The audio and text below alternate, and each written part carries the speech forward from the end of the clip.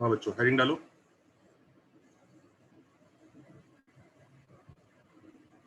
ये क्या होता है NCR?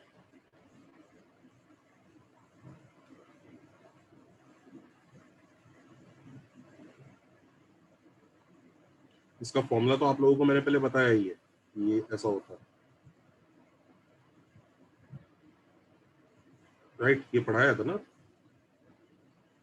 Yes sir. Yes sir. Actually होता है, व्हाट डज दिस रिप्रेजेंट, जो हम नेक्स्ट चैप्टर में इसका बहुत अच्छे से यूज करेंगे। देखो व्हाट डज इट गिव। देखो दिस गिव्स एनसीआर, लोग इसे एन चूज आर भी बोलते हैं, मैं एनसीआर बोल देता हूँ शॉर्ट फॉर्म में। NCR gives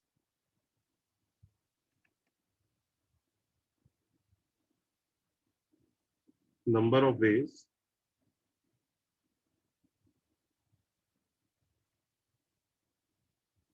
to select slash choose are distinct objects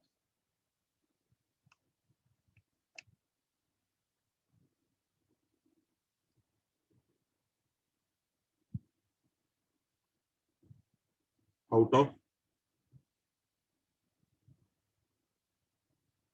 n distinct objects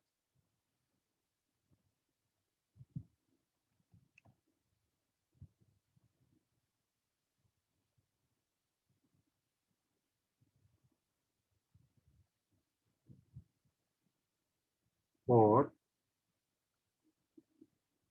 a particular purpose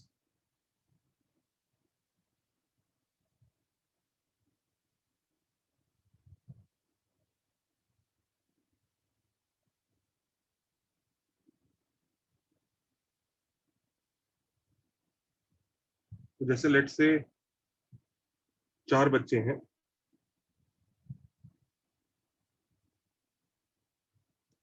now out of these 4 kids I have to select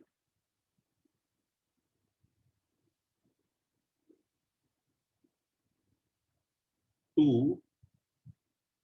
who will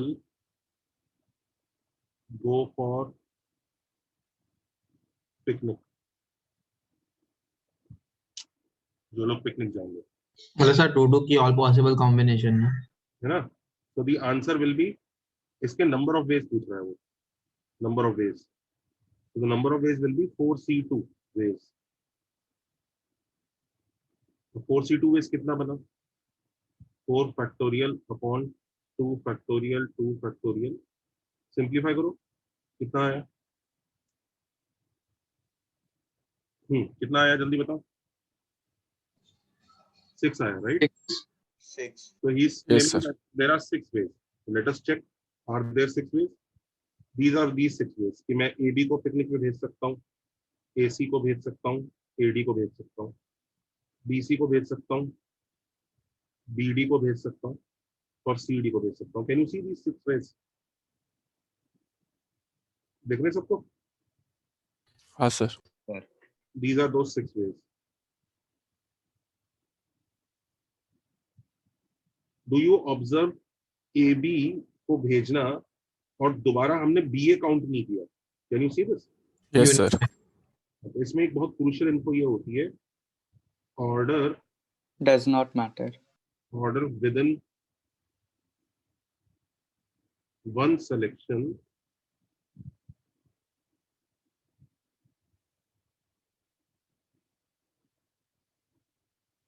does not matter.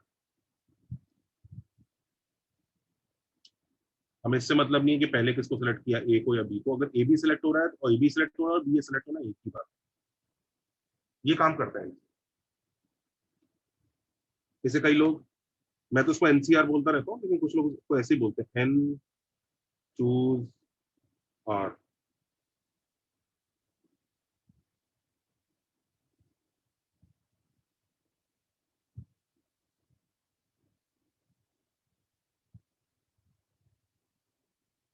इसके बारे में हमें थोड़ा बहुत पता होना जरूरी है, नहीं तो हमारा ये चैप्टर में बात बन नहीं पाई।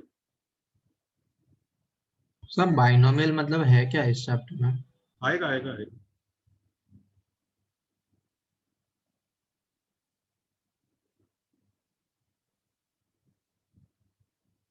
सर आपने लास्ट लेक्चर में जो प्रॉब्लम्स दिए थे वो आप डिस्कस कब करेंगे? Yes sir. सॉल्यूशन लोग ग्रुप पर पोस्ट कर दे, उसके बाद भी कोई दिक्कत आएगी तो कर लेंगे।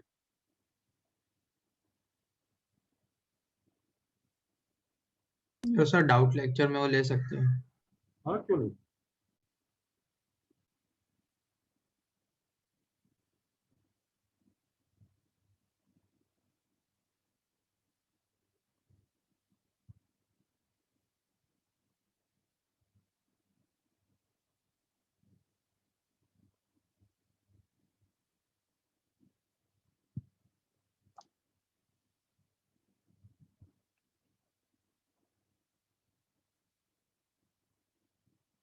चल सकते हैं आगे। हाँ सर।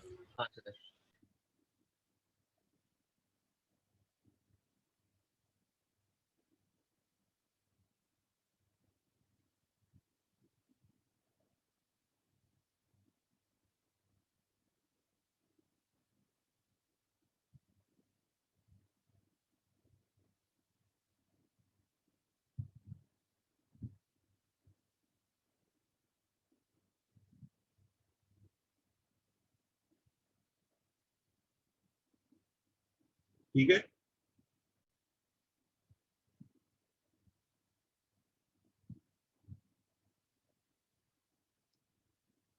करेक्ट है। Yes sir. Now there is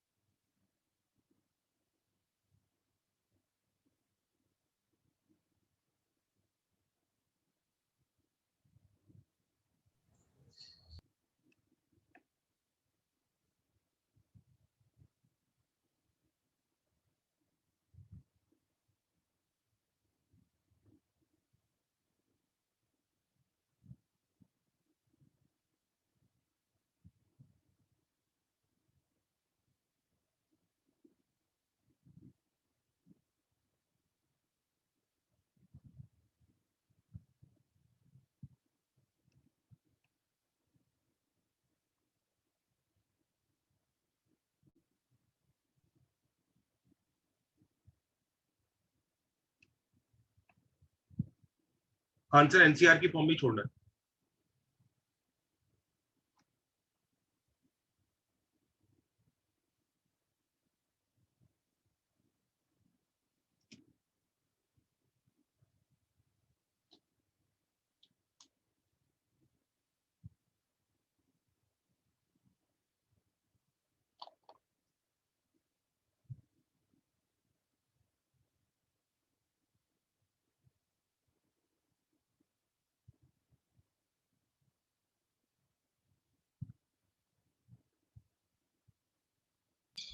sir हो गया, लेकिन लास्ट वाले में थोड़ा डाउट लग रहा है। आते आते हैं आगे से।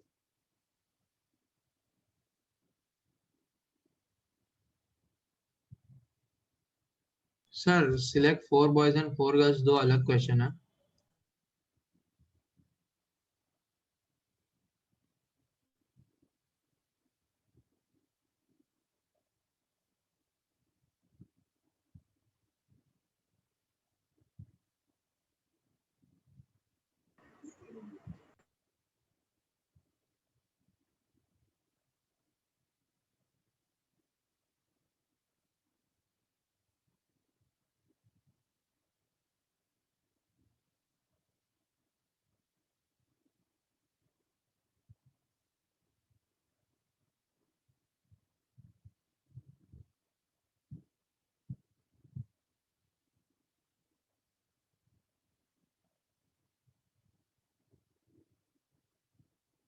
Done, sir.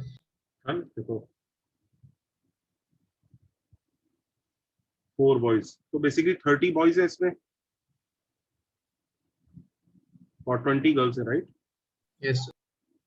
तो हमें 4 बॉयज लेने हैं, तो फर्स्ट का आंसर तो 30C4, 4 गर्ल्स का 20C4। C4. तीसरा select 4 boys and 4 girls, cancel, 30C4 into 20C4. Multiplication. Multiplication. इसका लॉजिक पता है? अभी पता चला तो। हाँ Sir, सर। और सर समझ गया। Students 50C8. 50 है C8। तो पूरे 50 में से 8। अब या तो 4 बॉयज या फिर 4 गर्ल्स। तो केस 1 उसने 4 बॉयज लिए तो 30C4, और केस 2 उसने 4 गर्ल्स ली तो 20C4। दोनों केसेस का आंसर है। सर ऐड क्यों किया? हाँ मैं बता, पहले से कॉपी करूँ।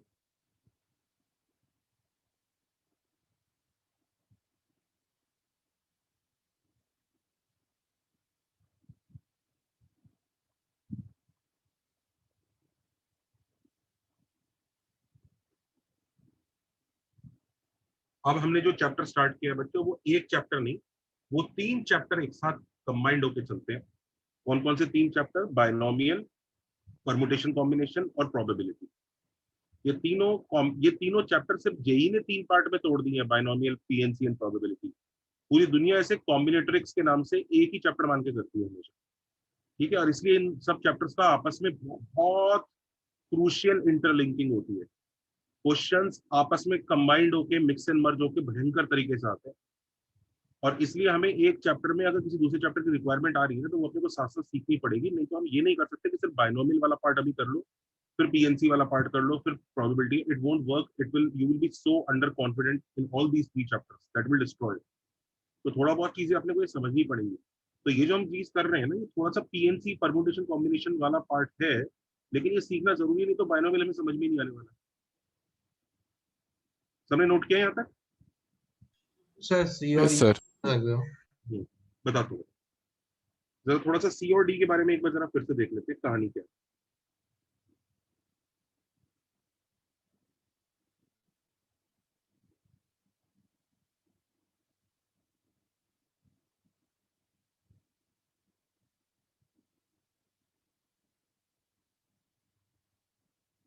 नोट कर लिया? Yes, sir. Yes sir. Okay, now see, फंडा ये है बच्चों।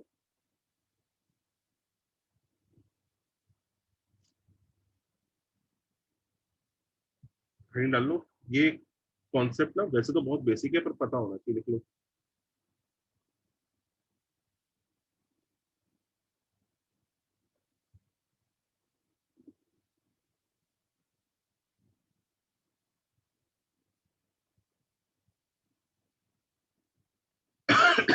फंडामेंटल प्रिंसिपल ऑफ काउंटिंग, ये क्या चीज होती है? लिखो, देखेंगे काउंटिंग तो हमें वैसे ही आती है, इसमें क्या सिखा रहे हो आप? देखो ये चीज क्या बताती है।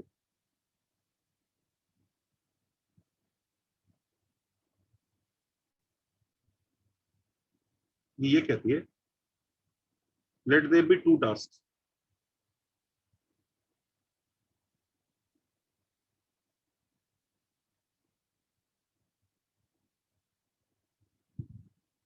ए and B.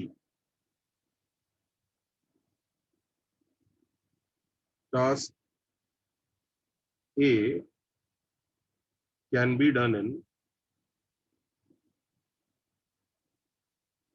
m ways,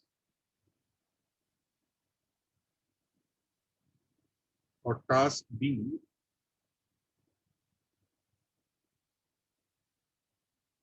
can be done in n ways। Okay, task A मान लो 5 तरीके से हो सकता है, टास्क बी 6 तरीके से हो सकता है। तो ये कहता है कि अगर हमें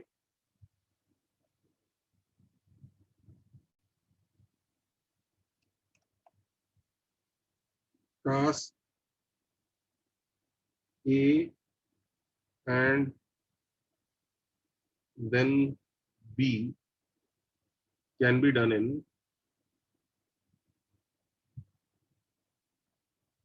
mn ways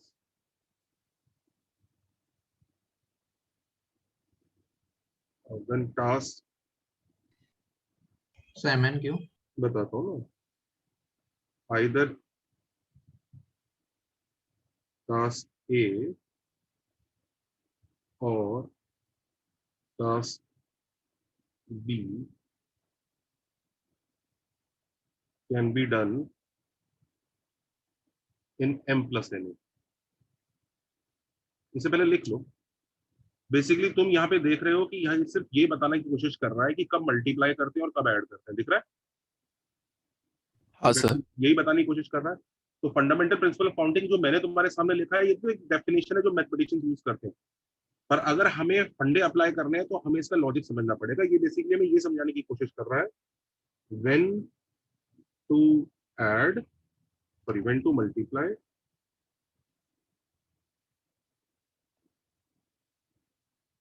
and when to add. अभी इसको ढंग से पढ़ते, पहले कॉपी करो जो मैंने लिखा है कि भाई मल्टीप्लाई कब करते हैं और ऐड कब करते हैं। ये लोगों के दिमाग में ये डाउट ना काफी पहले से है, जब लोगों ने चीजें गिननी स्टार्ट करी। शुरू में इंसान ऐसे ही करता था कि सामने 4 फ्रूट्स हैं तो 4 फ्रूट काउंट कर लिए। ओके, सर रफ आइडिया आ रहा है बट एकदम क्लियर हाँ आते आते आते 4 फ्रूट है, इंसान ने 4 फ्रूट काउंट कर लिए। फिर 4 एप्पल है, 3 बनाना है, तो उसने काउंट कर लिए 4 और 3। फिर धीरे धीरे लोगों के दिमाग में आइडिया आना चालू हुआ, यार मैं एप्पल कितने वेज में खा सकता हूँ? भाई 4 वेज में खा सकता हूँ, क्योंकि 4 एप्पल है अलग अलग, एक येलो का, एक कश्मीरी एप्पल, एक हिमाचल का एप्पल, एक कहीं का एप्पल, ऐसे करके 4 एप्पल है। ऐसे बनाना भी 3 जगह से, अलग अलग जगह से, तो बनाना भी 3 तरह से खा सकता हूँ। अब उसने सवाल पूछा अपने आप से, मैं एप्पल और बनाना मिक्स करके कितने वेज में खा सकता हूँ? तो तुम्हें क्या समझ में आ रहा है? एप्पल के 4 वेराइटी, वो हर वैरायटी बनाना की 3 वैरायटी से कंबाइन हो सकती है, हाँ या ना? Yes sir. तो हाँ, फ्रूट सर। का कितना आएगा? 12। 12. तो बेसिकली वो फ्रूट चाट अगर बनाने की कोशिश करेगा जिसमें एक एप्पल और एक बनाना ही डालना है, तो आंसर उसका कितने भी इस तरह की फ्रूट चाट क्रिएट हो सकती है उसकी? 12। 12. पर अगर उसने डिसाइड किया आज ऑफिस जा रहा हूँ और एक फ्रूट ले जाता हूँ जेब में, तो या तो वो एप्पल लेके जाएगा या वो बनाना लेके जाएगा, करेक्ट? तो एप्पल ले जाने के कितने वेज हुए? 4। 4 बनाना ले जाने के कितने वेज हुए? 3 3. तो टोटल कितने वेज में वो बाजार ले जा सकता है, ऑफिस ले जा सकता है फ्रूट्स? 7 7. तो एक केस में आपने मल्टीप्लाई किया, एक केस में ऐड किया। कैसे पता चलता है कहाँ मल्टीप्लाई करना है, कहाँ ऐड करना है? और ये तो एप्पल बनाना वाला क्वेश्चन बहुत ही बेसिक था, इसमें तो दिमाग बड़ा आराम से क्लियर था इंसान का, ठीक है, कोई ज्यादा नहीं। लेकिन धीरे धीरे चीजें टफ होंगी, उसमें कैसे क्लिक होगा? तो हमें एक स्ट्रक्चर बनाना पड़ेगा। उस स्ट्रक्चर के लिए लोगों ने फंडामेंटल प्रिंसिपल ऑफ काउंटिंग बनाया कि भाई किस केस में मल्टीप्लाई करोगे और किस केस में ऐड करोगे। पर ये फंडामेंटल प्रिंसिपल काउंटिंग बनाने के बाद लोगों को और कंफ्यूजन हो जाता है लैंग्वेज कैसी है, तो हम इसको लेमेन्स लैंग्वेज में कन्वर्ट कर देते हैं, when to multiply when to add, जो मैं नेक्स्ट पेज पे करने वाला हूँ। स्टार्ट करूँ लिखना? हाँ सर। हाँ देखो, अगर दोनों टास्क के बीच में लिख लो, हाँ लिखो, when to multiply when to add, ये समझो ये कब करना है।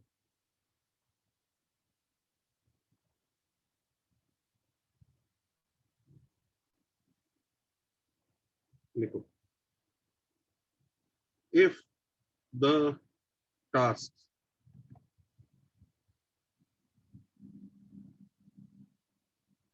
are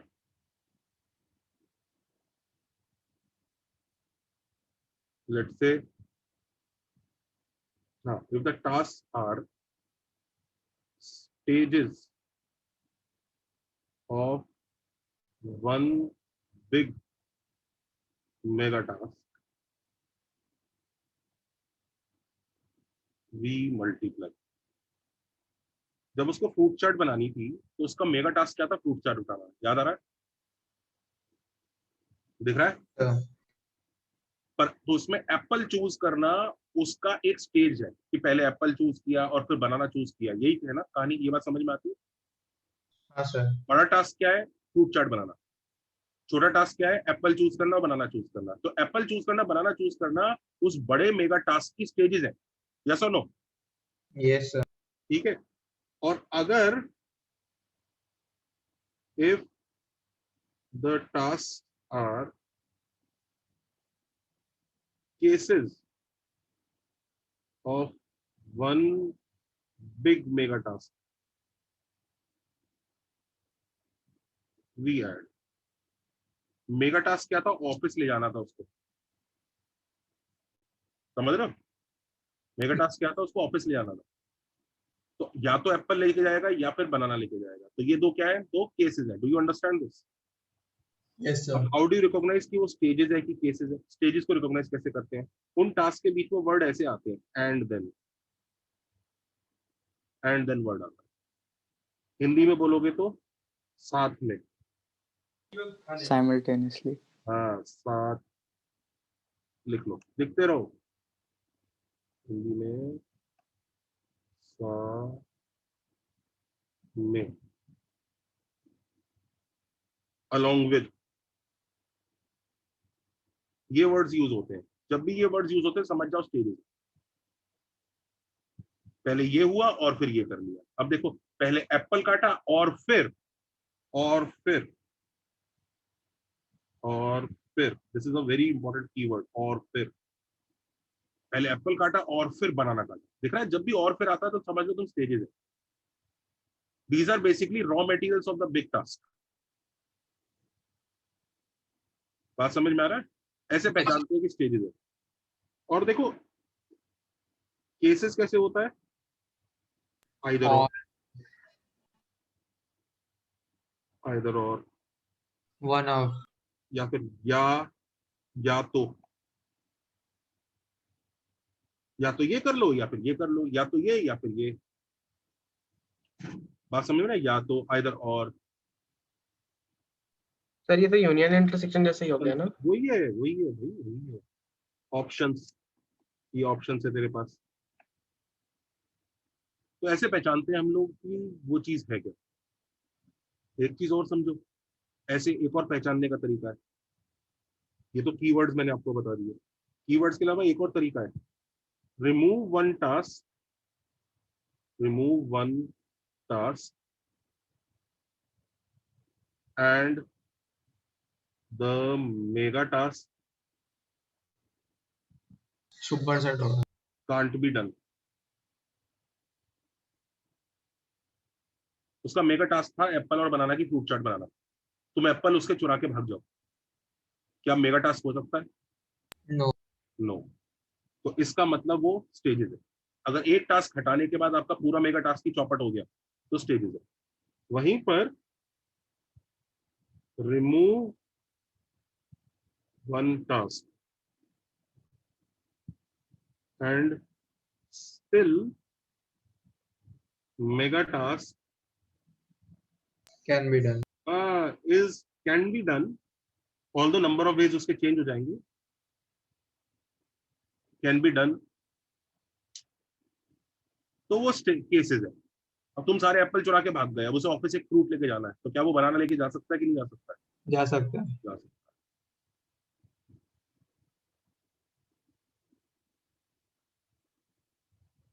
तो अगर जो बच्चा, बात समझ में आ रहा है? तो कब मल्टीप्लाई करते, कब ऐड करते? अब एक इधर देखो, select 4 girls and 4 boys and 4, तो ये हमारा मेगा टास्क है। हमें ये 4 और 4 दोनों सेलेक्ट करने हैं। तो इधर क्या करना होगा हमें? मल्टीप्लाई। मल्टीप्लाई, एंड दिख रहा है? And is the keyword, and.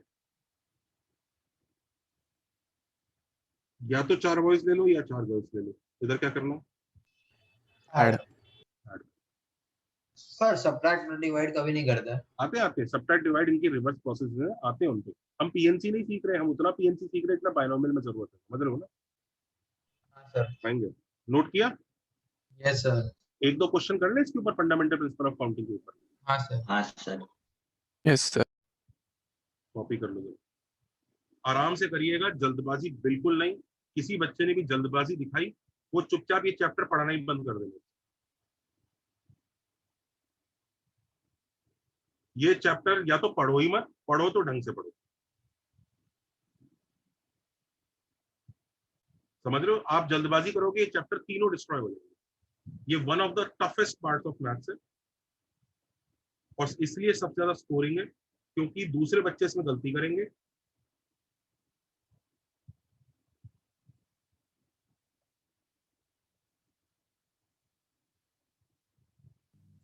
Sir वो 50 स्टूडेंट्स वाले में मेगा टास्क क्या है?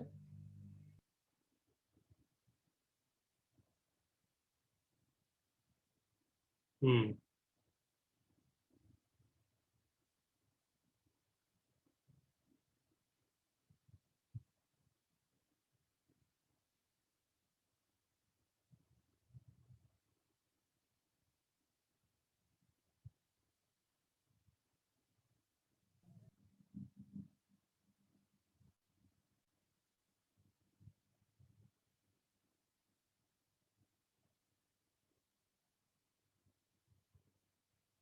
कॉपी किया? Yes sir. Yes sir. Yes, sir.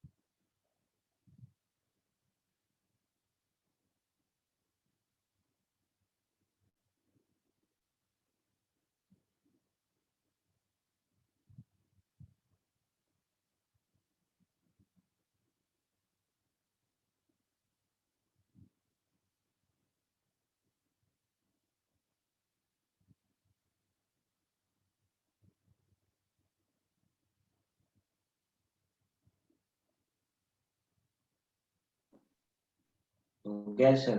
Note.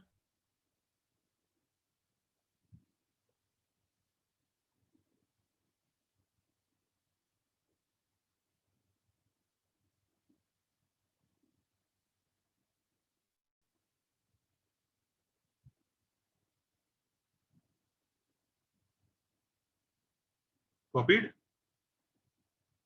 Yes sir.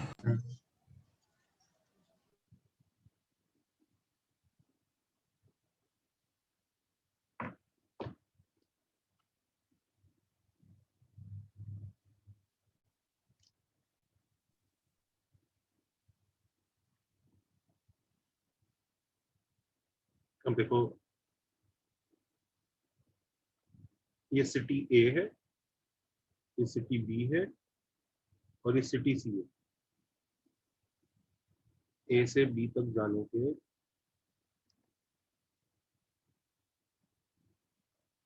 4 रास्ते, बी से सी तक जाने के 3 रास्ते।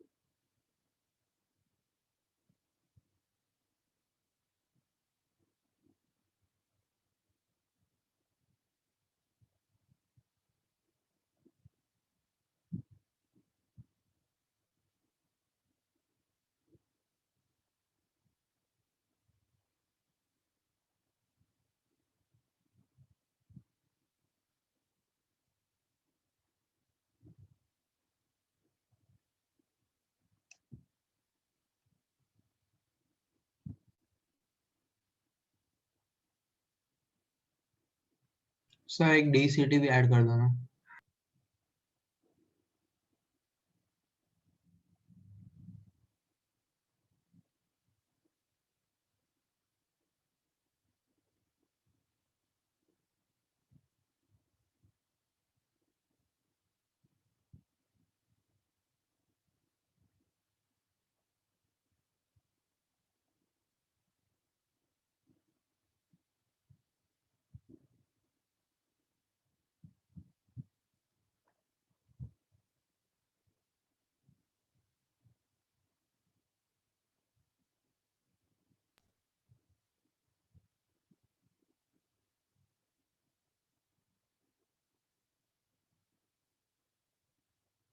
Done sir. सर और भी सब पार्ट्स है? पहले ये तो कर लो। हो गया सर।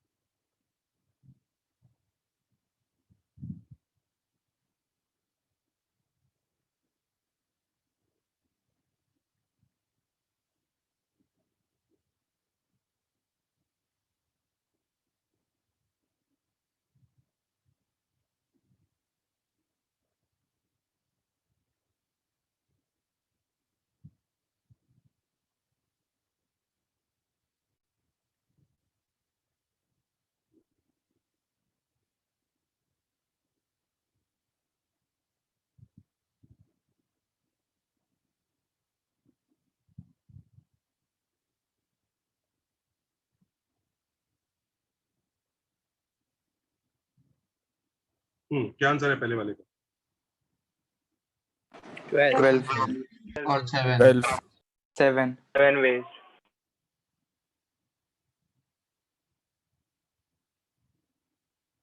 इजी।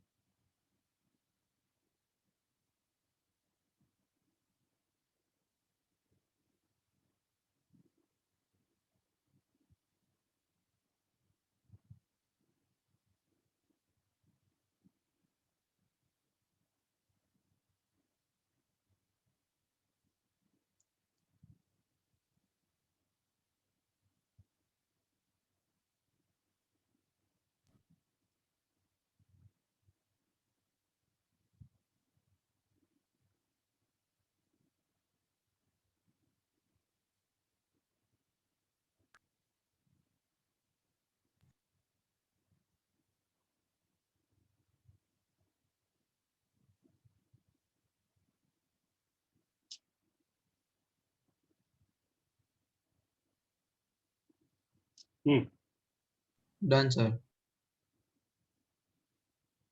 पहले वाले का क्या आंसर आएगा? 100। पहले वाले का 100। नहीं सॉरी 20। पहले देखो, मेन चूज करने के वे, मेन में से एक चूज करने का वे 10C1 है, विमेन में से भी चूज करने का वे 10C1। अब इन दोनों को अगर आप ऐड करना है कि मल्टीप्लाई करना है, सवाल यही आता है। तो अगर आप इन दोनों को ऐड करते हैं, सो ऐड ही करेंगे ना, क्योंकि देखो जो बच्चा पहले क्वेश्चन में मल्टीप्लाई कर रहा है ना, वो देखो क्या बोल रहा है, पहले कैप्टन एक आदमी चूज करो और फिर उसको लड़की चूज करो। मतलब ये क्या मतलब हुआ? तो पहले केस में डेफिनेटली ऐड होगा, या तो कैप्टन लड़का है या फिर कैप्टन लड़की है, तो आंसर वही 10C1 + 10C1 20 आता है, जिसे हम डायरेक्टली भी बोल सकते थे, पता है 20 में से कोई एक पर्सन चूज कर लो, यस है सर। ना। अच्छा दूसरा केस जो होगा, दूसरा ये जो है, इसका आंसर 20 है। दूसरा वाला देखो, we can marry 1 man and 1 women. 100। 100 मतलब ये वही है, पंडित जी ऐसे ही बोलेंगे ना, पहले वर को बुलाइए और फिर कन्या को बुलाइए, ठीक है, पहले ये और फिर आ गया कि नहीं आ गया? करेक्ट। आ गया सर। और फिर किसका कीवर्ड होता है? स्टेजेस का, इसलिए multiplication.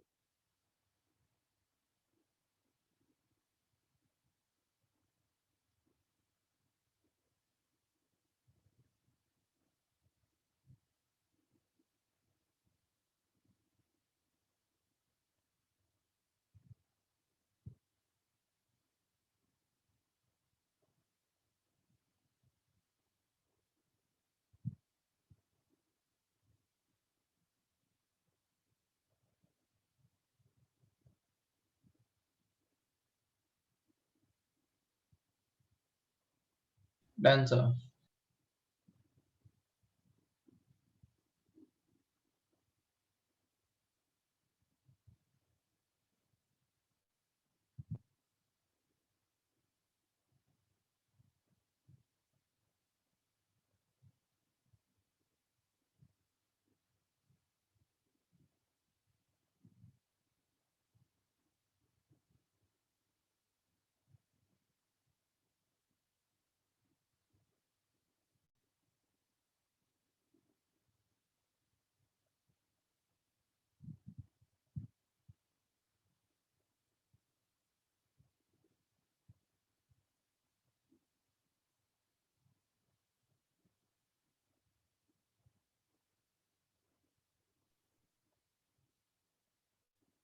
Done, sir.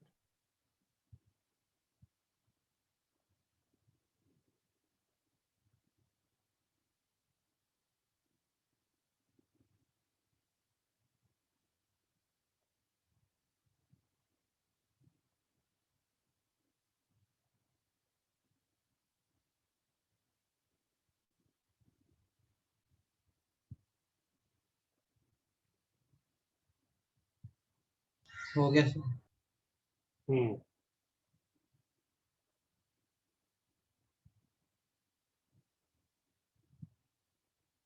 Done. Yes. अच्छा, अब एक चीज देखो,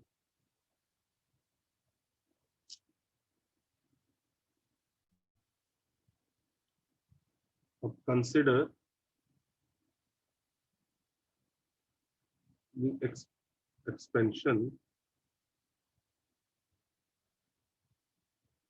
a plus b raised to 10, इसको कंसिडर करो।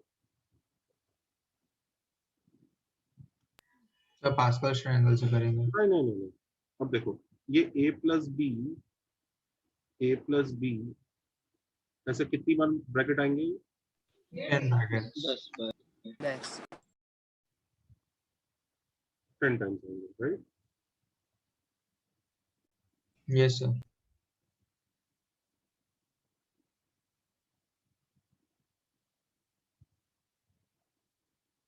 मतलब a plus b को 10 times हाँ 10 में कर रहे तो हैं. कोई भी टर्म जो इसकी क्रिएट होगी, ये बताओ इसमें भाई a की पावर आएंगी और b की पावर आएंगी जो मल्टीप्लाई होंगे, करेक्ट? हाँ या ना? Yes, sir. तो तुम्हें एक चीज समझ में आ रही है, इसमें ये वाली टर्म क्रिएट हो सकती है कि a रेस्ट पर 7 b रेस्ट पर 11? No, sir. No, sir. can't be created. क्यों? 10 से बड़ा. 10 से B का बड़ा हाईएस्ट बड़ा पावर डिग्री नहीं 10 आ हो सकता है। ये अच्छा ठीक है, a रेस्ट पर 3 b रेस्ट पर 2 हो सकता है. हाँ सर हो सकता है। नहीं होगा, नहीं होगा। नहीं सर, नो सर। 3 मैं plus 2 बताता हूँ, 5 देखो, आता हर है। एक ब्रैकेट से कुछ ना कुछ तो मल्टीप्लाई करना ही है। 10 ब्रैकेट है तो पावर्स का एडिशन 10 होना है। ये मल्टीप्लाई ये आ सकता है क्या? ये आ सकता है? Yes. हाँ Yes, सर। sir. हाँ सर. वेरी गुड, ये आएगा, ये आएगा क्या? Yes. Yes, Yes. sir. Sir.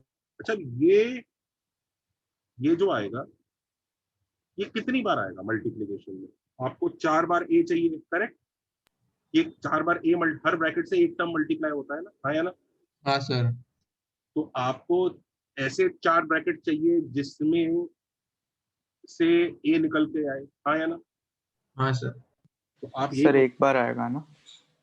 तो ऐसे कितने ब्रैकेट? ये 10 ब्रैकेट है टोटल। 10 में से आपको ऐसे 4 ब्रैकेट चाहिए जिसमें से a निकल के आए, राइट? और बचे हुए में से क्या निकल के आए? B. ये बताओ, अगर मैंने a के लिए 4 ब्रैकेट चूज कर लिए तो मेरे पास b के लिए 6 ब्रैकेट चूज करने की जरूरत है या ऑटोमेटिकली मेरे पास चोजन है? ऑटोमेटिकली हो सर। जाएगा. Do you understand? This term can be created in 10C4 ways. Sir मतलब Yes, yes, sir. 10 में से 4 ब्रैकेट, ऐसे सोचो, मेरे को सपोज करो b है, 6 बार b चाहिए ब्रैकेट्स में से, तो 10 में से 6 ब्रैकेट चूज कर लेता हूँ जो मेरे को b प्रोवाइड करेंगे। तो सपोज करो ये ब्रैकेट, ये ब्रैकेट, ये ब्रैकेट, ऐसे 6 ब्रैकेट होंगे, उनमें से मेरे को b मिलेगा। ओके, हाँ सर. उनमें से b मिलेगा और बचे हुए में से ही मिल गया, तो 10 में से 6 ब्रैकेट। अब जितने वेज में 10 में से 6 ब्रैकेट ले सकता हूँ उतनी बार ये क्रिएट होगा, राइट? हाँ सर। यस सर, यस ये सर। सोचो 1 प्लस एक्स, जब हम ये कहते हैं ना 1 प्लस एक्स का होल स्क्वायर, तो ये ऐसा होता है 1 plus x into 1 plus x. हाँ sir. So you get this 1 plus 2x plus x square, right? ये जो 2 है, ये पता है 2 इसके आगे 2 क्यों आया और इसके आगे 1 क्यों आया? इसके आगे 2 इसलिए आया बिकॉज इस मल्टीप्लिकेशन में ये x 2 बार क्रिएट हो सकता है। दिख रहा है? हाँ सर। हाँ सर। और x स्क्वायर एक ही बार क्रिएट हो सकता है। तो जितनी बार जो चीज क्रिएट होती है वो कोफिशिएंट बन जाती है उसका। ये बात समझ में आती है? हाँ सर। कोफिशिएंट इज सिंपली कि कोई चीज किसी मल्टीप्लिकेशन में कितनी बार आ रही है। 4 बार आ रही है तो 4 हो जाएगा कोफिशिएंट, 5 बार आ रही है तो 5 हो जाएगा कोफिशिएंट। तो ये बताओ ये चीज इस मल्टीप्लिकेशन में कितनी बार आएगी? ये उतनी बार आएगी जितनी बार आप 10 में से 6 ब्रैकेट ले सकते हैं। हाँ या ना? हाँ sir. Do you guys agree? Yes, sir. पक्का? नहीं सर सर। लेकिन 10 में Yes, से sir. 4 बार भी तो ले सकते हैं ना? 10 में से 4 बार भी तो ले सकते हैं ना? हाँ, वो सेम ही रहेगा ना हो गया वो। पहली बात तो एनसीआर और एनसीएन मैंने सब सेम ही तो होता है बेटा। लास्ट चैप्टर में किया था आज प्रॉपर। चैप्टर में पढ़ाया था ना। जी सर। Yes sir. हाँ, तो सबको चीज समझ लेना 10 में से 6 बार ब्रैकेट कितनी जितने वेज में ले सकते हो आप, उतनी बार ये टर्म क्रिएट होगी। करेक्ट? मान लीजिए आपने पहला ऐसे सोचो और छोटा नंबर ले लेता हूँ, a रेस्ट पर 8 b रेस्ट पर 2। 10 में से 2 बार ब्रैकेट लेना है जो b देगा। अब वो पहले 2 ने दे दिया तो बचे हुए 8 a दे देंगे।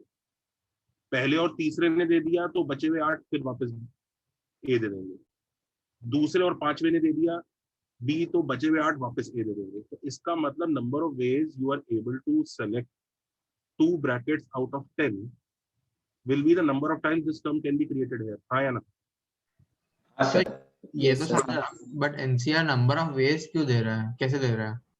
एनसीआर की definition he number of veg होती है। अच्छा, इसका प्रूफ क्या है कि वो नंबर ऑफ वेज ही देगा That हमें? is the proof of NCR. We'll go to that later. But do you understand that if NCR हमें पता है तो उसके बाद हम ये बात बोल सकते हैं? हाँ या ना? Yes sir. कोई भी बच्चा परेशान? यहाँ तक देखो। सर देख और लो एक जरा। बार एक्सप्लेन कर सकते हो क्या? इसे ऐसे सोचो।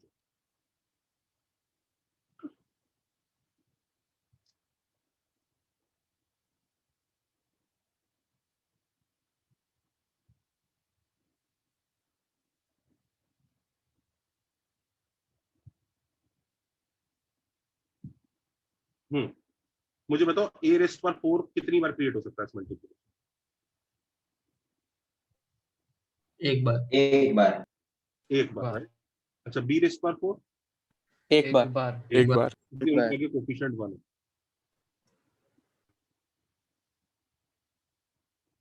करेक्ट?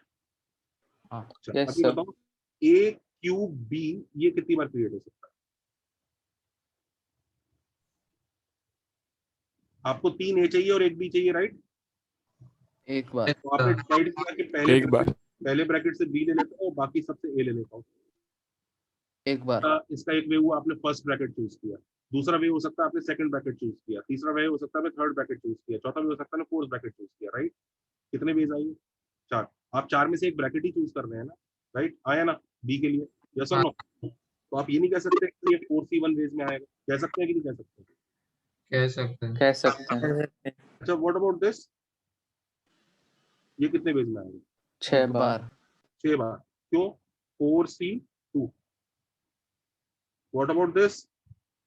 ये कितनी बार आएगा? 4C1। 4c3। हम b के हिसाब से बात कर रहे हैं ना, इसलिए 4c3 ऐसे। Okay, sir. न्यूमेरिकली सेम है। आप सब लोगों को एक चीज की फील आ रही है कि अगर a प्लस बी रेस्ट पर 4 को मुझे एक्सपैंड करना है तो ध्यान से देखना, a की पावर्स कम होनी स्टार्ट होंगी। 4 3 2 1 0। तो a की पावर तो 4 माइनस आ रहा है, दिख रहा है? चेंज हो रही है, डिक्रीज होगी। b की पावर इंक्रीज होगी 0 1 2 3 4। यस और नो? Yes sir. और ये सीरीज का एडिशन होगा फिर r की वैल्यू मिनिमम 0 होगी, दिख रहा है? Yes sir. और मैक्सिमम कितनी होगी? 4। 4। अच्छा, इसके आगे कोफिशिएंट आता होगा, वो कोफिशिएंट b की पावर के हिसाब से डिपेंड कर रहा है, तो हम क्या लिखेंगे? 4cr। Can you see? इसका एक्सपेंशन ये है। यस और नो? Yes sir.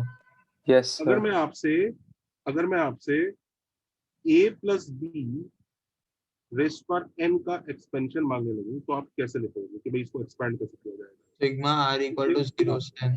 सबसे पहले यूज से कि सर a की पावर तो n माइनस आर रहेगी और b की पावर r रहेगी, मतलब a की डिक्रीज होगी b की इंक्रीज होगी। बाइनोमियल में हमेशा हम इस तरह से लिखते हैं कि पहले वाले की पावर डिक्रीज करते हैं और दूसरे वाले की इंक्रीज करते हैं।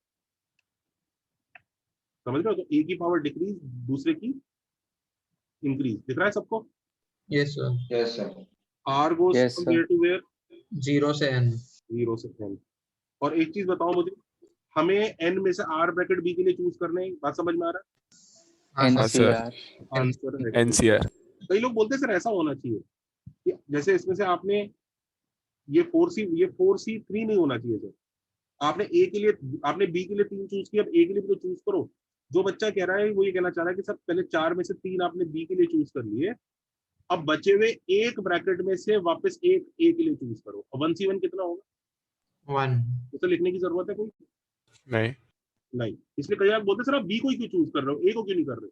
ऐसे ही लोग, कई लोग बोलते हैं सर इधर भी ऐसा लिखना चाहिए, 4 में से 2 आपने बी के लिए चूज कर लिए, बचे हुए 2 में से वापस 2 चूज करो ए के लिए। अब यार ये तो 2C2 तो बनी होगा ना।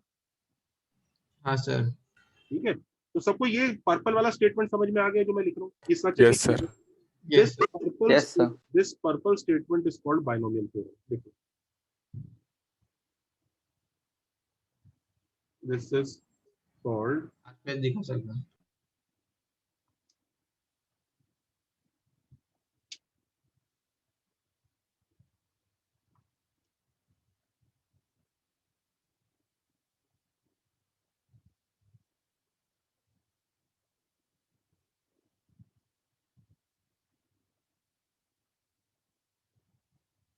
सर सर अगर ए बी क्यूब और ए क्यूब बी के कोएफिशिएंट्स इंटरचेंज होंगे तो भी करेक्ट होगा क्या? क्या क्या फिर से बोलो बेटा? सर अगर ए क्यूब बी और ए बी क्यूब के कोएफिशिएंट्स इंटरचेंज होंगे तो भी करेक्ट होगा क्या? करेक्ट होगा, लेकिन ये जो थ्योरम हमने लिखा है ना, ये हमने बी के हिसाब से लिखना है। That is the standard process. अगर आपने ऐसा नहीं कि मतलब न्यूमेरिकल, पहले से कॉपी करो, बता ओके सर प्रीवियस पेज पे जाएंगे प्लीज। हाँ सर। पहले जनता इस पेज को कॉपी कर लो।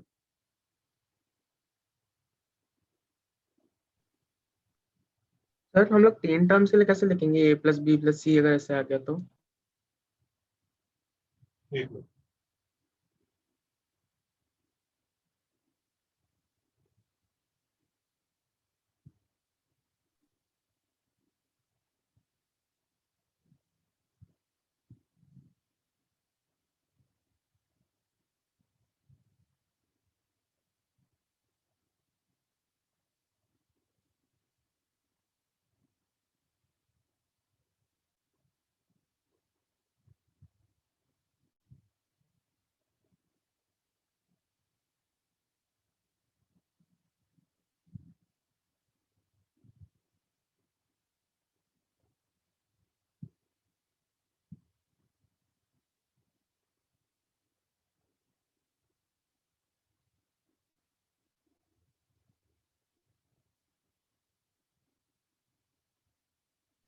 सर ऊपर आपने जो एक्सपेंड किया वापस एक बार लास्ट टाइम एक्सटेंड कर सकते कि 4C1 4C2 और 4C3 क्यों लिखा?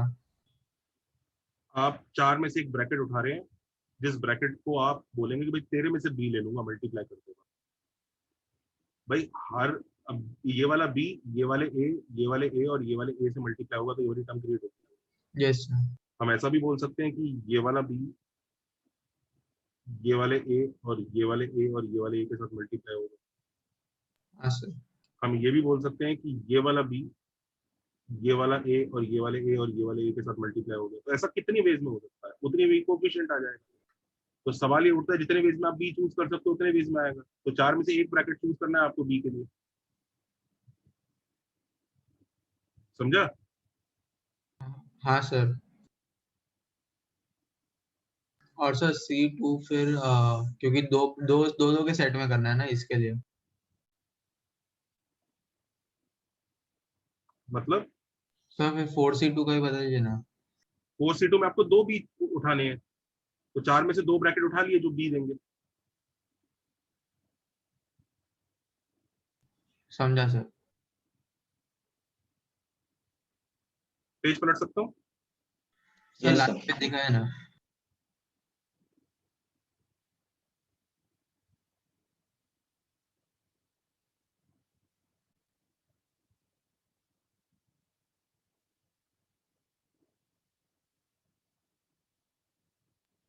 सर प्रीवियस पे दिखा है ना।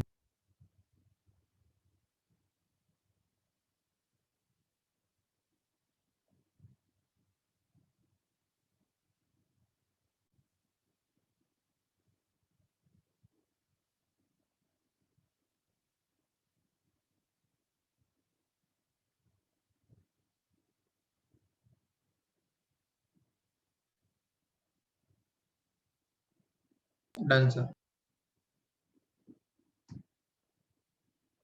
नहीं सर, एक मिनट, प्रीवियस पेज पे जाइएगा।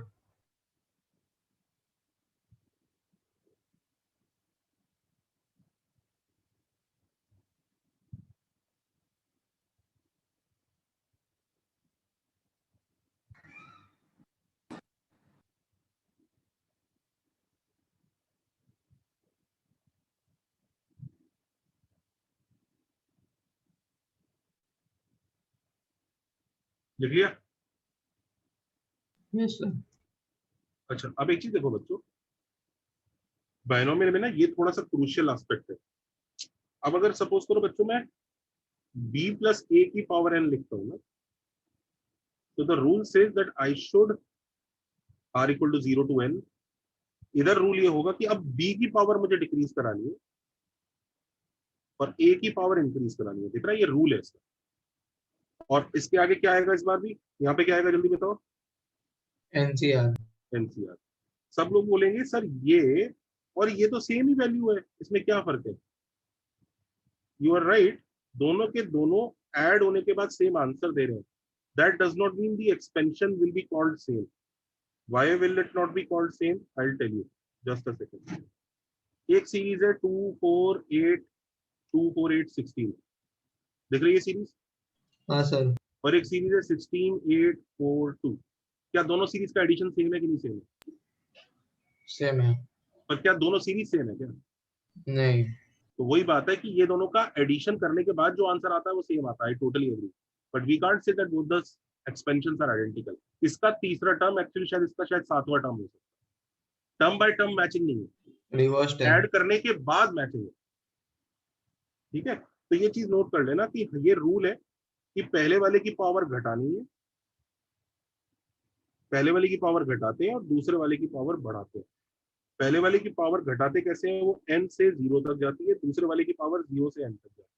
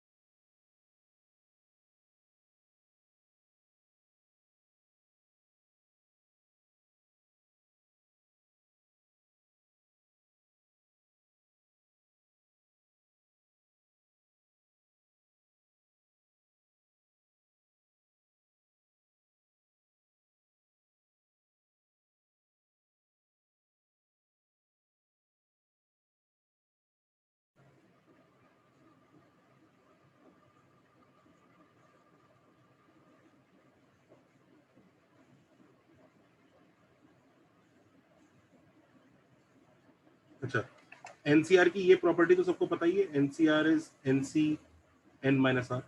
Yes sir. ये तो याद रख ही लेना।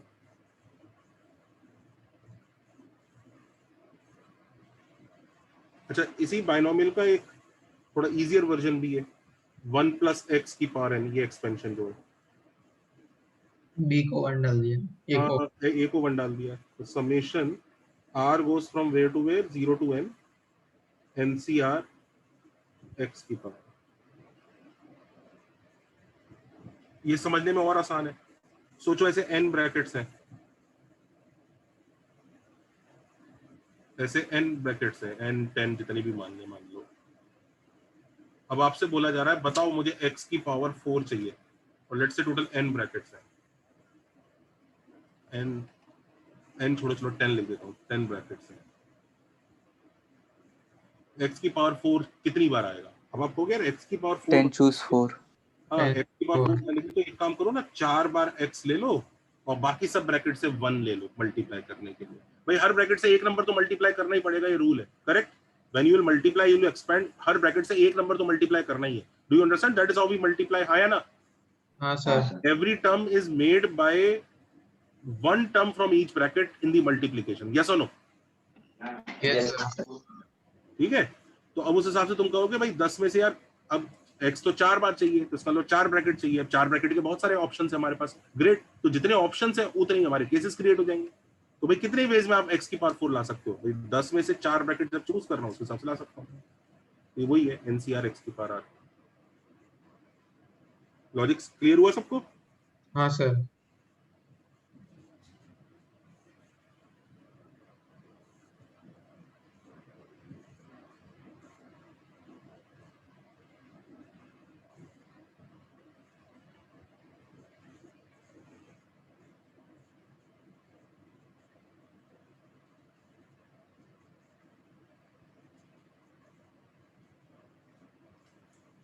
इनफैक्ट नेक्स्ट पे चलूं, इसे यस बाइनोमियल थ्योरम क्यों बोलते हैं? क्योंकि ये दो टर्म्स का एक्सपेंशन है, a प्लस, दिख रहा है bi, this is bi, it is binomial. तुम चाहो तो तुम अपने इसी लॉजिक से तुम ट्राइनोमियल बना के देख लो, make a trinomial expansion if you want. मान लो किसी को ये चाहिए, इसका एक्सपेंशन चाहिए, तो जल्दी बताओ, एक समेशन आएगा, करेक्ट? हाँ सर। 0 से समेशन में किस किस की पावर्स होंगी, जल्दी बताओ? A B और C। ए बी और सी की। उन पावर्स का एडिशन क्या है? 100। 100 ए की पावर को क्या अज्यूम करें?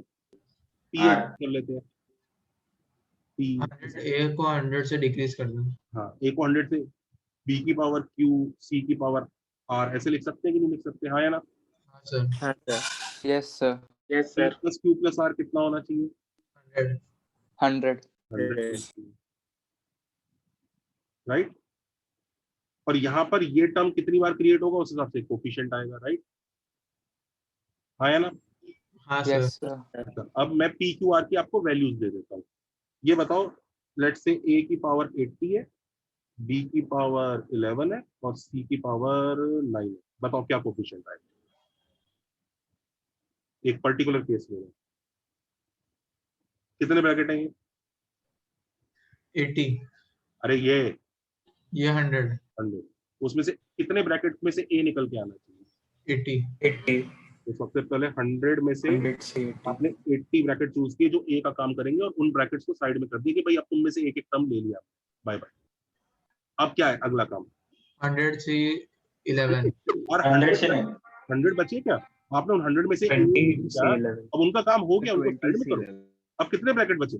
20 से 11। 20. 20 C 11। ये मल्टीप्लाई होना चाहिए कि ऐड होना चाहिए? Multiply. मल्टीप्लाई, क्योंकि पहले आपने a के लिए चूज कर लिया, अब आप b के लिए चूज कर रहे हैं, करेक्ट? कितने ब्रैकेट बच गए अब? 9। 9। तो 9 में अभी से तो बनी होगा। हाँ, तो 9 में से 9 आपने इसके लिए किया, करेक्ट? हाँ या ना? हाँ सर। जरा देखना ये एक्सपेंशन कैसा दिखता है। ये देख लें, 100 फैक्टोरियल बाय 20 फैक्टोरियल 80 फैक्टोरियल, देख रहा है पहला टर्म? हाँ सर। हाँ दूसरा टर्म हाँ, देख, 20 फैक्टोरियल बाय 9 फैक्टोरियल 11 फैक्टोरियल, दूसरा टर्म देख रहा है? हाँ सर। तीसरा Yes sir. तो 1 ही हो गया। 2 फैक्टोरियल 9 फैक्टोरियल, दिख रहा है ये? Yes sir. अब हम इसको, ये 20 से ये 20 कट गया, ये 9 से ये 9 कट गया, तो क्या आपको ये आंसर मिला क्या?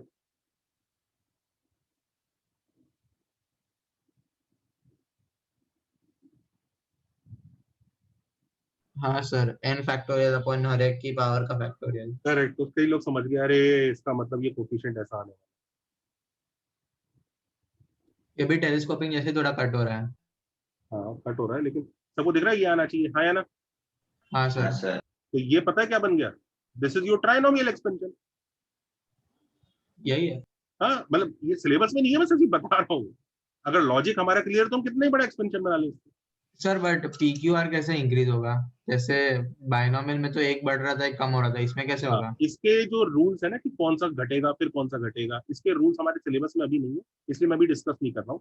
मैं कुछ लेक्चर 6-7 लेक्चर होने के बाद फिर एक दिन कराऊंगा मल्टीनोमियल थ्योरम के नाम से, अभी रहने देखो to be discuss later. Very good doubt कि सर इसका ऑर्डर क्या होगा, you are asking about order right? Yes sir. हाँ तो ऑर्डर हम लोग आगे डिस्कस करेंगे। सर बेसिकली तो 100 तक ऑल पॉसिबल कॉम्बिनेशन होगा ना PQR का? बिल्कुल होगा, बिल्कुल लेटर ऑन। ये सिलेबस में नहीं है, रुक जाओ उसको, तो बस मैंने आपको इसलिए दिखाया ताकि आपको फील चमक जाए है क्या। सबको फील चमक गई बायनोमियल एक्सपेंशन की? हाँ सर। ठीक है, तो मॉरल ऑफ द स्टोरी ये है, मॉरल ऑफ द स्टोरी बहुत ही सिंपल है बच्चों। सर 1 मिनट नोट कर लो। हाँ sir, note.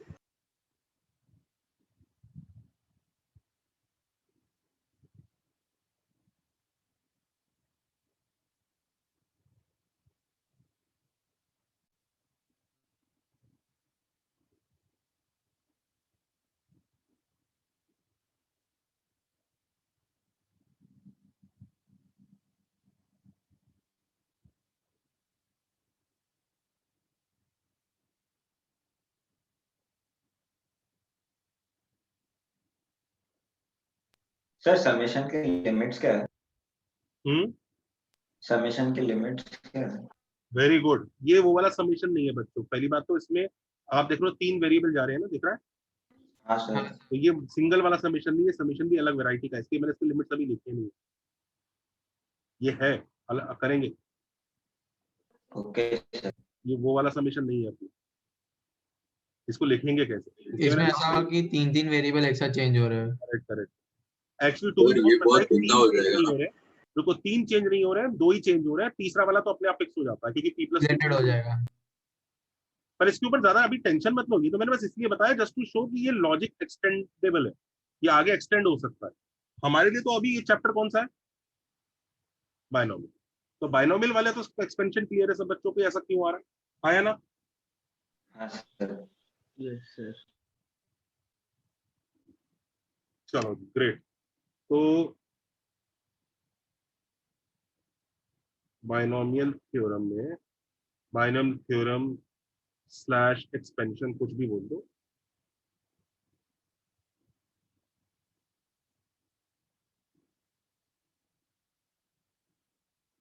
a plus B rest पर n का एक्सपेंशन होता है summation r goes from 0 to n NCR a की पावर n माइनस r और b की power r।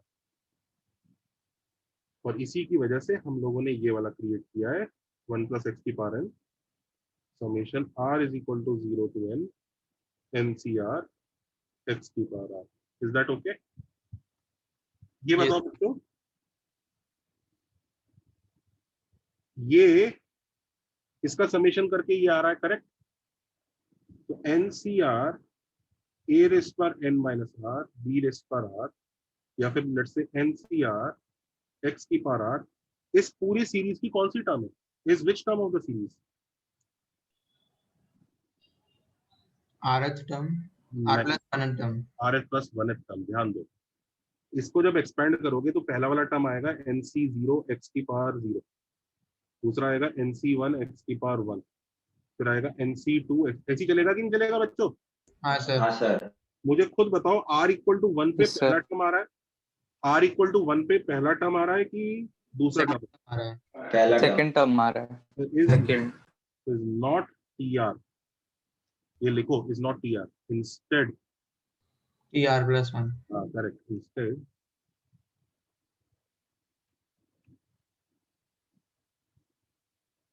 it is T of R plus 1। Similarly ये भी ना T of R plus 1 है।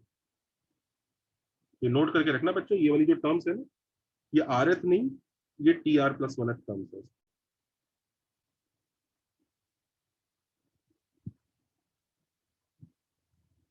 कई बार बच्चे कई बार बच्चे, एक मिनट, कई बार बच्चे बेवकूफ बन जाते हैं, वो पूछता है फिफ्थ टर्म बताओ, बच्चे बड़ी जल्दी आर को क्या डाल देंगे, 5 5, लेकिन एक्चुअली क्या डालना चाहिए था, 6 4। 4 तभी तो T4 + 1 5 बनेगा। हाँ सर। हाँ, एक बच्चा कुछ और पूछ रहा था, बोलो बेटा। सर 0 फैक्टोरियल 1 क्यों होता है? 0 फैक्टोरियल 1 क्यों होता है? आपको याद है बच्चों, मैंने पढ़ाया था 5 0 हमेशा 1 होता है। हाँ सर, आपने बोला कि Yes. 0 मल्टीप्लिकेशन ऑफ नथिंग तो 1 लेते हैं। हाँ। Multiplicative 0 identity. Factorial means multiplication of no natural number. दुनिया का कोई नेचुरल नंबर मल्टीप्लाई नहीं किया आपने, तो क्या आंसर आएगा? 1 ही आएगा। ठीक है, समझा sir. Thank you sir. 0 factorial is 1। एक कुछ ये सबको यहाँ तक समझ में आ रहा है? देखो कोई भी बच्चा दुखी है यहाँ तक, देख लीजिए। सर समेशन में r = 1 to n क्यों नहीं ले रहे फिर? पहली बात तो यार, इसमें अब तुम x की पावर 0 से x की पावर n तक जाओगे तो इसमें नंबर ऑफ टर्म्स n नहीं है। कितनी है नंबर ऑफ टर्म्स इसमें? n+1 n+1 है ना। n+1। अगर किसी को ऐसा लग रहा है ना समीशन r = 1 से स्टार्ट कर देते सर क्या आ जाता, तो फिर आपको यहाँ पे दिक्कत आती है, यहाँ पे n+1 करना पड़ता। तो लोगों को 0 to n वाला बेटर लगा, समझ गए? फिर एक एक्सट्रीम वाला टर्म मिस हो जाता है। तो ये 0 to n है, समझ रहा है बेटा? ये लिख लो, हाँ sir. Number of terms is not n।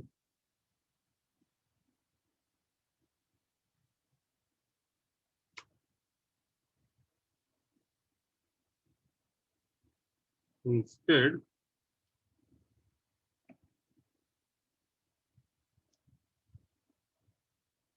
it's n+1.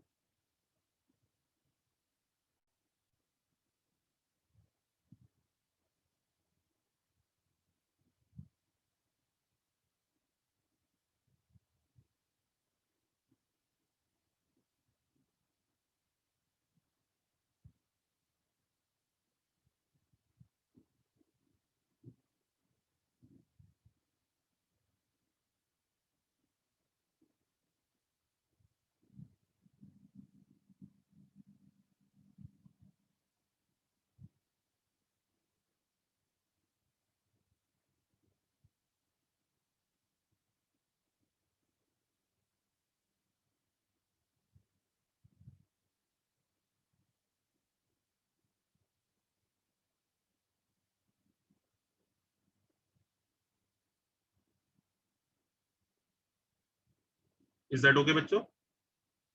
Yes sir. देखो देखा जाए तो बाइनोमियल थ्योरम ऐसे भी लिख सकते थे यार, कोई दिक्कत नहीं है। ऐसे भी लिख सकते थे, पर लोगों ने बस उसको, ये कह रहा है कि सर मुझे ना r ना 1 से n+1 तक लेके जाना है। तो पहली टर्म उसकी पता है क्या होती है? x की पावर 0 से स्टार्ट हो रही है गाड़ी, आया ना, तो यहाँ पे r - 1 लिखना पड़ता, दिख रहा है? और उसका कोफिशिएंट nc r - 1 होता है, ये होता। अब मुझे बता दो कौन सा वाला एक्सपेंशन ज्यादा अच्छा लग रहा है, ये वाला कि वो वाला? राइट वाला। हाँ, ये दिख रहा है, इसमें ज्यादा इरिटेटिंग काम हो रहा है 1 to n। 0 to n वाला ज्यादा अच्छा होता है, इसलिए इसको लोगों ने नहीं एक्सेप्ट किया। ऑल्दो ये राइट। अच्छा ये बताओ, ये जो लिखा है ये बच्चों मैथमेटिकली रॉन्ग है कि इसको बाइनोमियल नहीं बोलो? सब दोनों बोल सकते हैं। ये मैथमेटिकली राइट है, बिल्कुल मैथमेटिकली एकदम परफेक्ट है, पर we will not call this binomial theorem. Binomial theorem उसी स्टेटमेंट को बोलते हैं जो पहले लिखा है, उसके अपने कन्वेंशन है, उसी हिसाब से चीजें डिफाइंड है। ये करेक्ट है, मैथमेटिकली करेक्ट है, कोई दिक्कत नहीं है। मैथमेटिकली तो ये भी करेक्ट है बेटा, मैथमेटिकली तो ये भी करेक्ट है, बस हम उसे बाइनोमियल नहीं बोलेंगे। मैथमेटिकली तो ये भी करेक्ट है, हम इसे बाइनोमियल बोलते हैं। इसे देखो जरा, एक्सेप्टेड जैसा है। Binomial, correct, this is binomial. Even this is mathematically correct, this green one, green वाले को देखो, ये तो बाइनोमियल है, this is correct as well as binomial theorem.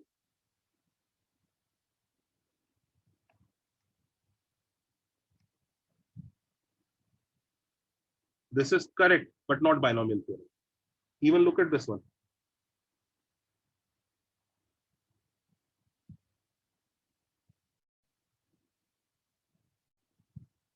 This is also correct. but it is not binomial theorem. Someone tell me why is this correct? मैं बताता हूँ. ये पता है n में से r ब्रैकेट में पता है किसकी पावर चूज कर रहा है? 1 की. 1 कितनी बार आ रहा है? बचे हुए में अपने आप ही x आ जाएगा. हाँ या ना? नहीं समझा सर ये वाला. भाई NCR is same as NCn minus r. Sir basically x और 1 की पावर्स को इंटरचेंज कर दिया ना. एक minute. NCR is same as NCn minus r. Sir समझ. तो ये और इफेक्टिवली ये तो सेम ही है. सेम है पर वो सीरीज सेम नहीं है. जब आप इसका एक्सपेंशन करोगे, इस ऊपर रेड वाली का एक्सपेंशन करोगे तो वो रेड वाली कैसी दिखेगी? रेड वाली ऐसी दिखेगी.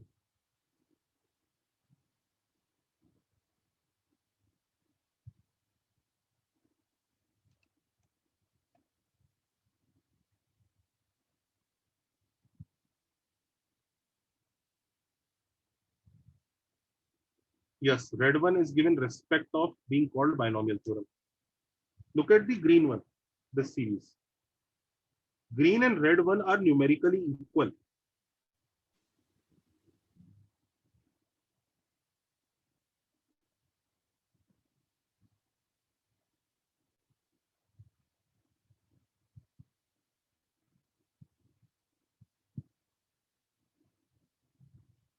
You will observe that green and red are numerically equal. तुम दिख रहा है ना NCn और NC0 में कोई फर्क नहीं है. दिख रहा है?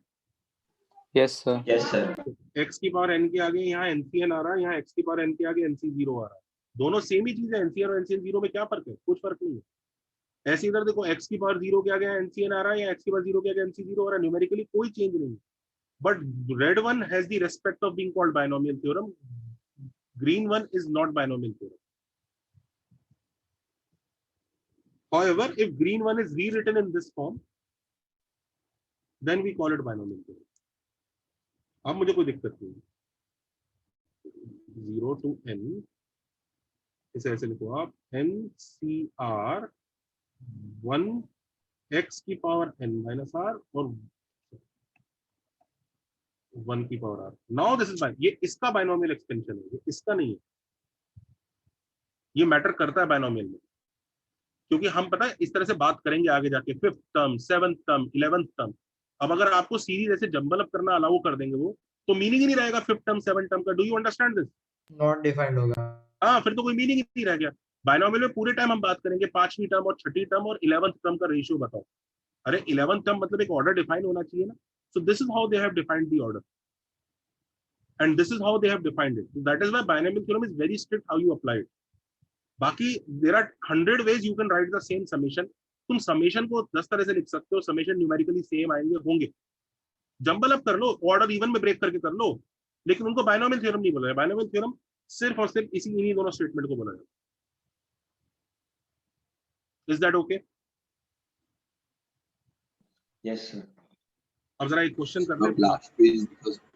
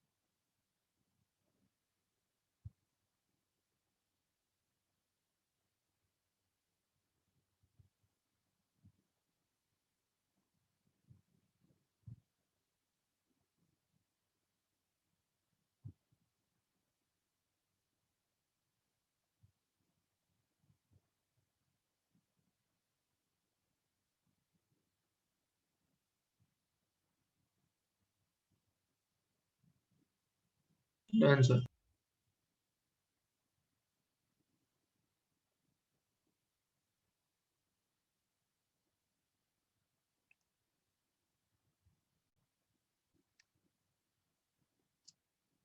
सर लास्ट पेज पे आपने लास्ट में 1 raise to power r multiply किया था, उसका क्या हो रहा है वहाँ पे? तो बाइनोमियल थ्योरम लिखना है तो तुम्हें अगर ये a है और ये b है तो a की पावर n माइनस r और b की पावर r करके लिखते हैं ना, ऑल्दो 1 की पावर r का कोई टेंशन नहीं है कि 1 ही हो जाता है वो, तो हटा भी सकते हैं, बट मैंने अंडरस्टूड जानबूझ सर। के लिखा जस्ट टू शो यू कि मैं पूरा रिस्पेक्ट दे रहा हूँ बायनोमियल को। यस आई अग्री 1 की पावर r है तो कोई टेंशन नहीं है, इसको आप ऐसे भी लिख देते, अगर ये नहीं भी लिखते ना ये वाला पार्ट, तो भी बायनोमियल ही कहलाता वो। Understood sir. सबको रीजन समझ में आ रहा है ना कि क्यों हम इसी इसी रेड वाले को बायनोमियल क्यों बोल रहे हैं। न्यूमेरिकली सारे इक्वल है, and now you should also understand कि न्यूमेरिकली इक्वल है तो उसका मतलब उससे कुछ फर्क क्या पड़ रहा है। भाई कई सारी सीरीज है, उन सीरीज का एडिशन सेम आता है।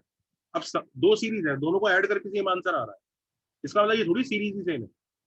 मतलब खुद सोच लो, एक सीरीज है 2 6 3 7 और एक सीरीज है 7 6 2 3, अब दोनों को ऐड करके सेम आंसर आ रहा है, इसका मतलब थोड़ी सीरीज सेम है। इसका तीसरा टर्म ये है, इसका तीसरा टर्म ये है। अगर सीरीज के एडिशन की न्यूमेरिकल वैल्यू से ही बात करनी है हमें कि न्यूमेरिकल वैल्यू सेम आ रही है सर, तो फिर तो 2 6 3 7 क्यों, 9 और 2 11 7 18, आप ये सीरीज ले लो 1 0 0 और 17, ये लो इसका भी सेम ही आ रहा है आंसर। इन दोनों को भी सेम सीरीज बोलने लग जाओ फिर, अगर एडिशन से ही मतलब है तो। बात सिर्फ एडिशन की नहीं होती है। We call to expansion same when they are term by term identical, each term must match with the each term, then we call them identical, otherwise they are equal, value equal है, numerically equal values है। जो है similar बोल सकते हम्म, चलो ये सब चीजें आगे पढ़ेंगे तो अभी आएगा। अब जरा एक क्वेश्चन कर ले। हाँ सर।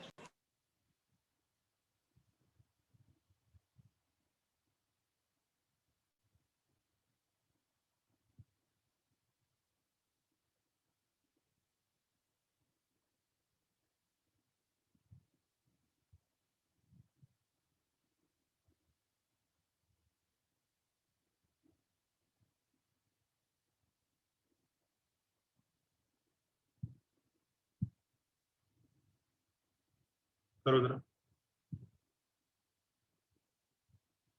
अब देखो अगर इसमें कन्वेंशन नहीं होता तो ये क्वेश्चन का कोई मीनिंग ही नहीं है, राइट? Yes yes sir. हैं।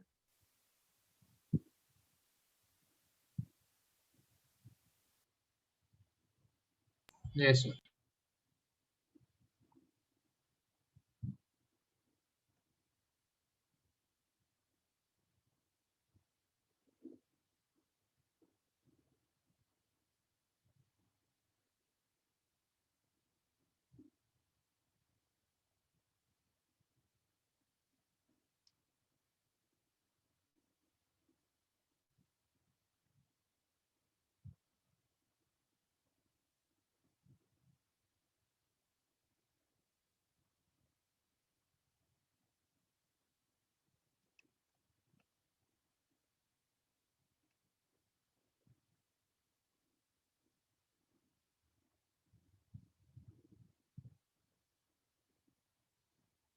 क्या आंसर आएगा?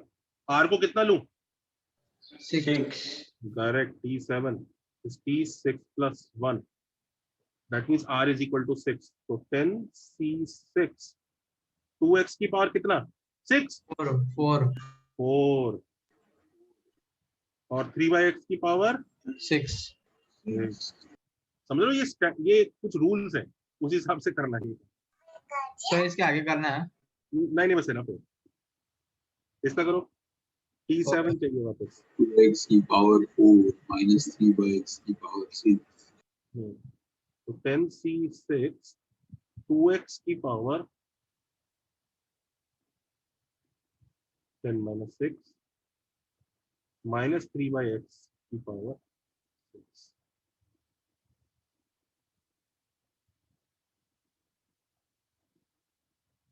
करेक्ट है?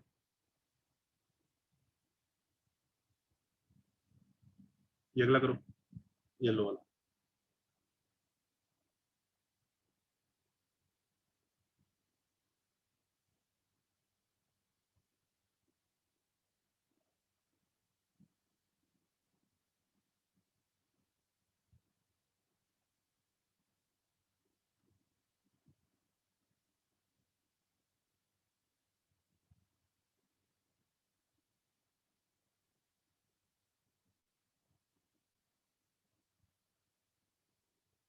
सर रैंक मतलब rth टर्म और nth टर्म कौन सी है ना?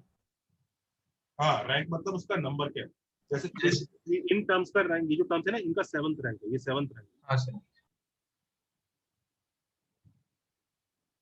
आर नहीं होता रैंक, R+1 होता रैंक। Plus one.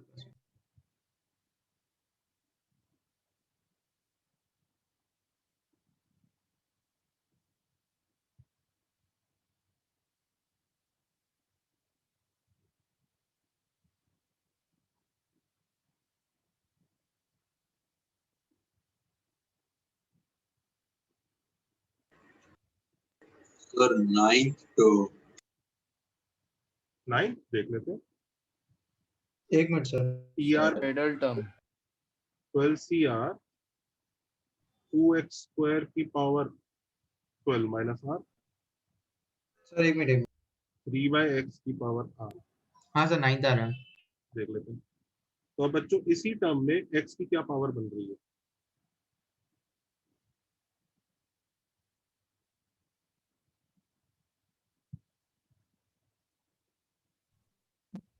टू की पावर 24 R, minus 3 2 की पावर R, x की पावर क्या बन रहा है? 24 माइनस 3R बन रहा है क्या? आया ना? Correct? Yes or no? Yes, yes, sir. Now this must be 0. तभी तो इंडिपेंडेंट ऑफ x होगा। हाँ sir. R is equal to 8. R+1 9। तो रैंक इज 9 और T9 टर्म, 9वां टर्म जिसमें x हो गई। चलो सबको समझ में आया कहां तक क्या किया हमने? यस हाँ सर। सर। चलो नेक्स्ट टर्म पे कंटिन्यू करते हैं।